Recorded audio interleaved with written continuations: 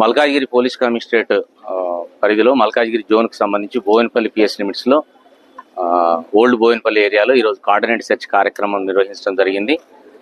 ఏదైతే community connectivity improve చేసుకోవాలనేటటువంటి లక్ష్యంతో Telangana police ఆధ్వర్యంలో ఇటువంటి కార్యక్రమాలు నిర్వహించడం జరుగుతుంది. ముఖ్యంగా ఈ కార్యక్రమాలు చేపట్టడంలో పోలీస్ యొక్క ప్రధాన ఉద్దేశము బేసిక్గా ఏదైతే సొసైటీలో వాళ్ళ రక్షణకు సంబంధించి కాన్ఫిడెన్స్ బిల్డప్ చేయడము, ఎవరైతే చట్ట వ్యతిరేకమైన పనులు చేస్తారు లేకపోతే చట్ట వ్యతిరేకమైన శక్తులు ఎక్కడైనా ఉంటారు, రెసిడెన్షియల్ ఉంటారు అనేటటువంటి దాంట్లో మేము ఫ్రీక్వెంట్గా ఇటువంటి చెకింగ్స్ కండక్ట్ చేయడం ద్వారా వాటిని నిరోధించడానికి వీలవుతుంది. దాని ద్వారా ప్రజల్లో వాళ్ళకు కాన్ఫిడెన్స్ అనేటటువంటిది బిల్డప్ అవుతుంది.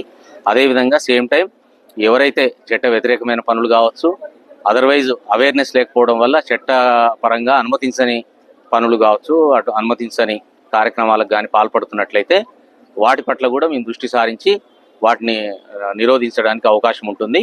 ఈరోజు జరిపినటువంటి కార్డినేట్ సెర్చ్లో భాగంగా 2 వీలర్స్, ఒక 29 2 వీలర్స్ వాటికి సరైనటువంటి పత్రాలు లేకపోవడము, లేదంటే ఇతరత్ర ఓనర్షిప్ ఉండి ప్రాబ్లం ఉండడం సంబంధించి వాటిని తీసుకోవడం జరిగింది.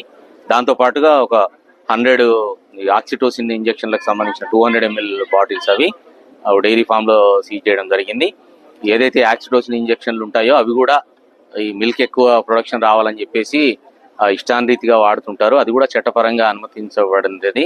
మీరు ఏదైనా సరే యానిమల్స్కి సంబంధించి ఏదైనా ప్రాబ్లం ఉంటే సంబంధిత వెటర్నరీ డాక్టర్ల అనుమతితో మాత్రమే మీరు మెడిసిన్ వాడాల్సి ఉంటుంది. కానీ ఇటువంటివన్నీ కూడా ఇల్లీగల్గా వాడితే అవి చట్టపరంగా నేరాలకి పాల్పడిన వాళ్ళు అవుతారు. అదేవిధంగా టొబాకో ప్రోడక్ట్స్ ఏదైతే అనుమతించబడలేదో వాటికి సంబంధించి కూడా కొన్ని సీజ్ చేసుకోవడం జరిగింది. అల్టిమేట్గా ఇటువంటి కార్యక్రమాలు ఫ్రీక్వెంట్గా మల్కాజ్గిరి కమిషనరేట్ పరిధిలో నిర్వహించడం జరుగుతుంది.